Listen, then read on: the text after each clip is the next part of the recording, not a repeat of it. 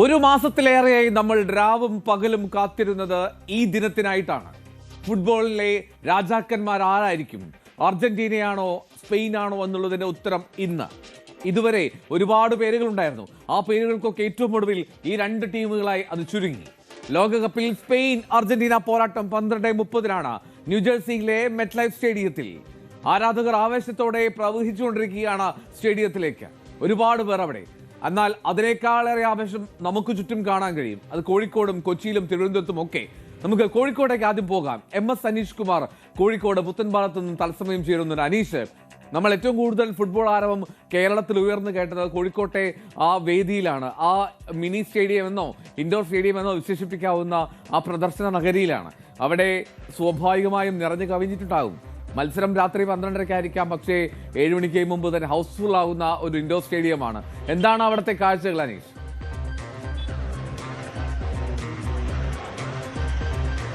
എൽദോ, തീർച്ചയായും കേരളത്തിലെ ഫുട്ബോൾ ആവേശം ഏറ്റവും അധികം അലയടിച്ച ഒരു സ്ഥലമെന്ന് നമുക്ക് ഈ പുതിയ പാലത്തെ വിശേഷിപ്പിക്കാൻ കഴിയും. ഇവിടുത്തെ ഇൻഡോർ സ്റ്റേഡിയം, അകത്ത് സ്റ്റേഡിയത്തിനുള്ളിലായിരുന്നു ആദ്യം സ്ക്രീൻ ക്രമീകരിച്ചത്. പക്ഷേ നമുക്കിപ്പോൾ സമയം 8 മണിയായിട്ടുള്ളൂ. അപ്പോഴേക്കും അകത്ത് ഒരു സൂചി കുത്താൻ പോലും ഇടമില്ലാത്ത വിധം നിറഞ്ഞു കവിഞ്ഞു കഴിഞ്ഞിരിക്കുന്നു. അതുകൊണ്ട് തന്നെ കഴിഞ്ഞ കളികളിൽ, അതായത് ഈ കളി കാണാൻ എത്തുന്നവരെക്കാൾ കൂടുതൽ ആളുകൾ പുറത്ത് കാത്തിരിക്കുന്ന ഒരു സാഹചര്യം വന്നു. അതുകൊണ്ട് ഇത്തവണ പുറത്ത് മറ്റൊരു വിശാലമായ ഒരു സ്ക്രീൻ കൂടി ഒരുക്കിയിട്ടുണ്ട്. അവിടെ ഇരിക്കാനുള്ള ഇരിപ്പിടങ്ങളടക്കം ക്രമീകരിച്ചിരിക്കുന്നു. ഒപ്പം നമുക്ക് കാണാം വഴിയരികിൽ തന്നെ മറ്റൊരു പവലിയൻ, അതായത് ഈ ഉള്ളിൽ ക്രമീകരിച്ച പോലെ തന്നെ മറ്റൊരു പവലിയൻ വഴിയോട് ചേർന്ന് തന്നെ ക്രമീകരിച്ചിരിക്കുന്നു. നിരനിരയായി സെവൻസ് ഫുട്ബോളും മറ്റുമൊക്കെ കാണാൻ എത്തുന്നവർക്ക് ക്രമീകരിച്ചതുപോലെയുള്ള ഒരു പവലിയൻ ആ വശത്ത് ക്രമീകരിച്ചിട്ടുണ്ട്. അങ്ങനെ ഓരോ കളിക്കും ഇവിടേക്ക് എത്തുന്ന ആളുകളുടെ എണ്ണം കൂടി വരുന്ന ഒരു സാഹചര്യമുണ്ട്. നമുക്ക് അകത്തെ കാഴ്ചകളിലേക്ക് തന്നെ പോകാം. എന്തായാലും കാണികൾ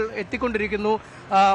ഈ കോഴിക്കോട് നിന്ന് മാത്രമല്ല, കോഴിക്കോടിന് പുറത്തുള്ള ഇടങ്ങളിൽ നിന്ന് പോലും ഈ ഫുട്ബോൾ ആവേശം കണ്ടറിഞ്ഞ് കേട്ടറിഞ്ഞ് ഈ സമൂഹ മാധ്യമങ്ങളിലൂടെയും ഒക്കെ ഈ പുതിയ പാലത്തിന്റെ ആവേശം കണ്ടറിഞ്ഞെത്തുന്ന ആളുകളുണ്ട്.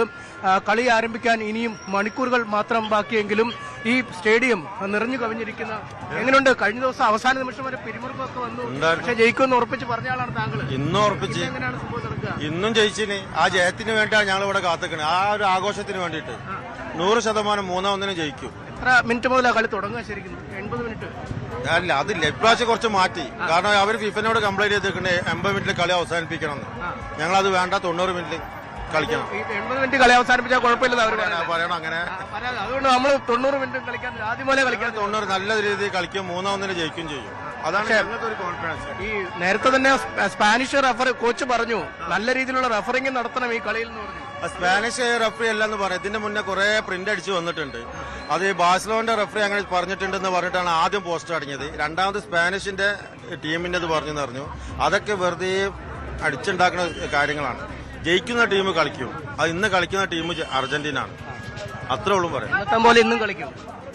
എന്തായാലും നമുക്ക് അകത്തെ കാഴ്ചകളിലൂടെ പോവാം. സ്ഥിരമായി നമ്മൾ ഇവിടെ കാണുന്ന ചില ആരാധകരാണ്. കാരണം അർജന്റീന വിജയിക്കും എന്ന് അവസാന നിമിഷം വരെ കരുതുന്ന ആളുകളാണ്. കാരണം മെസ്സി എന്ന ഇതിഹാസം ഗ്രൗണ്ടിൽ ഉള്ളതുകൊണ്ട് തന്നെ വിജയം അവസാനം വരെ എത്തുമെന്ന് കണക്കാക്കി നിൽക്കുന്ന ആളുകളാണ്. നമുക്കൊപ്പം ഇവിടുത്തെ സംഘാടകരൊക്കെ ഉണ്ട്. കുറെ ദിവസമായി അല്ലേ, അവസാന ദിവസം അടിച്ചു പൊളിക്കും. അർജന്റീനയുടെ വിജയമാണ് ആദ്യം പോലെ നിങ്ങൾ പ്രതീക്ഷിച്ചിരുന്നത്. ടെൻഷനൊക്കെ അടിച്ചെങ്കിലും അത് തന്നെ എത്തി. നമ്മൾ ജയിക്കുന്നുള്ളതാണ് നമ്മളെ പൂർണ്ണമായിട്ടുള്ള വിശ്വാസം. 2-1 അർജന്റീന ജയിക്കും. ഇതിപ്പം ഫാസ്കോയുടെ ഒരു പവലിയനാണ് ഇപ്പോൾ കേരളത്തിലെ ഏറ്റവും വൈറൽ പവലിയനായി മാറിയിരിക്കുന്നത്. ഇത്രയും ദിവസം ഇത് കൊണ്ടു നടക്കാൻ എങ്ങനെ പറ്റിയെന്നുള്ളത് ഒരു ജോയിന്റ് സെക്രട്ടറി എന്നുള്ള നിലയ്ക്ക് അർജന്റീന ആരാധകനായതിന്റെ പേരിൽ പോലും ജേഴ്സി ഇടാൻ സമ്മതിക്കുന്നില്ല. കാരണം നമ്മൾ ഫാൻ ബേസ് പാടില്ല എന്നാണ് നമ്മളെ കമ്മിറ്റി തീരുമാനം.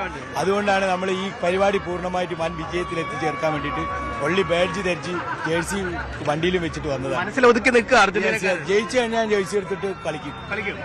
പക്ഷെ ഇത്രയും ദിവസം ഇത് കൊണ്ടുപോയത് വലിയ സംഭവമാണ് ഇത്തവണ അല്ലേ? നമ്മളല്ലല്ലോ പറയണ്ടേ, ജനങ്ങളാണ് പറയണ്ടേ. ഇത്രയും 40 ദിവസം നമ്മളിത് എത്രയോ കഠിനാധ്വാനം ചെയ്തിട്ടാണ് ഇത് കൊണ്ടുനടന്നത്. ഒരു വലിയ ബഡ്ജറ്റ് പ്രോഗ്രാമും കൂടിയാണ്. 40 ദിവസം ഈ LED വാളും കറണ്ടും ലൈറ്റും എല്ലാം ഉപയോഗിച്ചിട്ടുള്ള ഒരു 10-15 ലക്ഷത്തിന്റെ മുകളിൽ വരുന്ന പ്രോഗ്രാമാണ്. അതിന് നമ്മളെ നല്ലതായിട്ടുള്ള കുറച്ച് സ്പോൺസർമാർ നമ്മളോട് സഹകരിച്ചത് കൊണ്ട് കോയമ്പത്തൂരിൽ നിന്ന് വരെ ആള് വന്നത്. ഇന്ന് നമുക്ക് 4 അർജന്റീനൻ പൗരന്മാരുണ്ട്. അർജന്റീനൻ പൗരന്മാർ ഇന്ന് ഇവിടെ കാണാൻ വരുന്നുണ്ട്.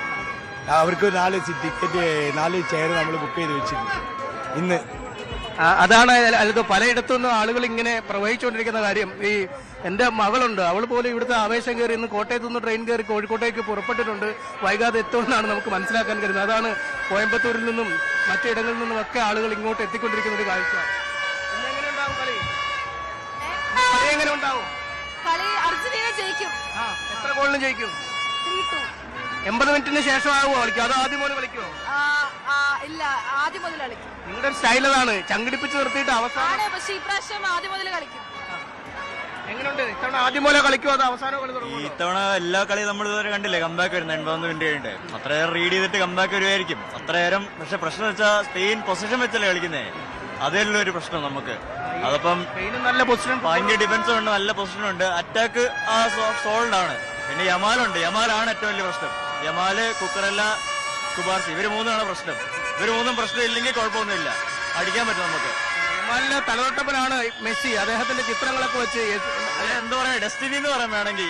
പണ്ട് കുളിപ്പിച്ചത് ഇപ്പം രണ്ടുപേരും ഒരുമിച്ച് വേൾഡ് കപ്പ് ഫൈനലിൽ കളിക്കുന്നു, വേറൊന്നും പറയില്ലല്ലോ. വലിയൊരു മൂവ്മെന്റ് ഇല്ല. ഇല്ല, ഇത്രയും നല്ലൊരു കളി നമ്മൾ കാണാൻ പറ്റിയൊരു ഇതില്ലേ, ഒരു സ്ഥലമില്ലേ. എന്തോ ഇതാണ് ഇവിടുത്തെ ആവേശം. കാരണം കളി തുടങ്ങാൻ 3.5 മണിക്കൂറാണ് ഇനി ബാക്കിയുള്ളത്. 12:30-ക്കാണ്, 4.5 മണിക്കൂറാണ് കളി തുടങ്ങാൻ ബാക്കിയുള്ളത്. പക്ഷേ അപ്പോഴേക്കും നമ്മുടെ ഈ പുതിയ പാലത്തെ മിനി സ്റ്റേഡിയം നിറഞ്ഞു കവിഞ്ഞിരിക്കുന്നു. ആളുകളെ അകത്തേക്ക് പ്രവേശിപ്പിക്കാൻ കഴിയാത്ത വിധം നിബിഡമായി നിൽക്കുന്ന ഒരു സ്റ്റേഡിയമാണ് നമുക്ക് കാണാൻ കഴിയുന്നത്. ഈ പവലിയനിലൊക്കെ നേരത്തെ തന്നെ ആളുകൾ വന്നു കഴിഞ്ഞിരിക്കുന്നു അല്ലേ? എങ്ങനെയുണ്ട് ആവേശം? എങ്ങനെയുണ്ട് ഈ പവലിയൻ ഇരിക്കാന്ന് നിങ്ങളുടെ ഒരു സ്ഥിരം ഇതായിരിക്കും അല്ലേ?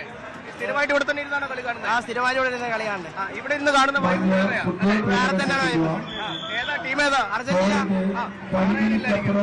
വേറെ ഒരു മാറ്റമില്ല. ഇല്ല, വേറൊരു മാറ്റമില്ല. എങ്ങനെയുണ്ട് ഇന്നത്തെ കളി? എങ്ങനെയുണ്ടാവും? ഇന്നത്തെ കളി അർജന്റീനയുടെ കപ്പടിക്കും. സ്പെയിൻ നല്ല കളിയാണ്, എന്നാലും അർജന്റീനയുടെ കപ്പടിക്കും. എങ്ങനെയുണ്ട് കളി? ഇന്ന് എങ്ങനെയുണ്ടാവും? നമ്മൾ നോക്കും. ആരെ ജയിക്കുക? അർജന്റീന. അല്ലാണ്ട് വേറെ ജയിച്ചൊന്നും കിട്ടില്ല. പൊടി പോരെ, പൊടി മതി. എങ്ങനെയുണ്ട്? അർജന്റീന തൂക്കൂ, അർജന്റീന തൂക്കൂ, അത്രേ ഉള്ളൂ. പക്ഷേ സ്പെയിൻ നന്നായി കളിക്കുന്ന ടീമല്ലേ, അവർ ഒരുപാട് താരം നിബിഡമാണ് ടീം. അർജന്റീന തൂക്കെന്ന് പറഞ്ഞാൽ തൂക്കൂ, ഉറപ്പാണ്, തൂക്കിയിരിക്കൂ. ഈ റഫറി പറഞ്ഞ്, ഈ കോച്ച് പറഞ്ഞിരിക്കുന്നത് റഫറി വൃത്തിയായിട്ട് കളി നടത്തണം, എന്നാൽ സ്പെയിന് പേടിക്കാനൊന്നും ഇല്ലെന്നാണ്. റഫറി മര്യാദയ്ക്ക് ബൗളൊക്കെ വിളിച്ചാൽ കുഴപ്പമില്ലെന്നാണ് റഫറി പറയുന്നത്, കോച്ച് പറയുന്നത്. ഇല്ല, കഴിഞ്ഞ കളി അർജന്റീന നല്ല വൃത്തിക്കാണ് കളിച്ചത്. അതേപോലെ ഈ കളി അർജന്റീന നല്ല വൃത്തിക്ക് ഉഷാറായി 3-2 സ്പെയിനെ പൊട്ടിച്ച് ഉറപ്പാണ്. അതാണ് അവർ വിശ്വാസം പ്രകടിപ്പിക്കുന്നത്. ആളുകൾ ഇങ്ങനെ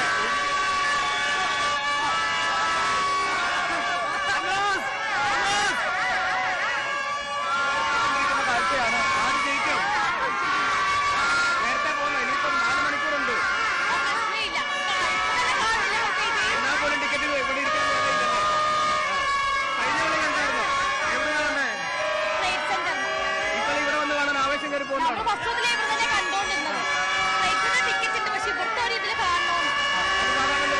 എവിടെ സ്ഥലം? കണ്ണൂര്. കണ്ണൂരിൽ നിന്ന് കളി കാണാം. ആളുകളൊക്കെ നേരത്തെ വന്നിരിക്കുകയാണ്. അവർക്ക് നിൽക്കാൻ പോലും ഫുട്ബോൾ ആരാധകരുടെ പ്രതികരണം തേടുമ്പോൾ വലിയ പ്രയാസമാണ് ആരാധകരിലേക്ക് എത്താൻ പോലും. അത്രമാത്രം ആരാധകർ അവിടെ എത്തിയ കാഴ്ച.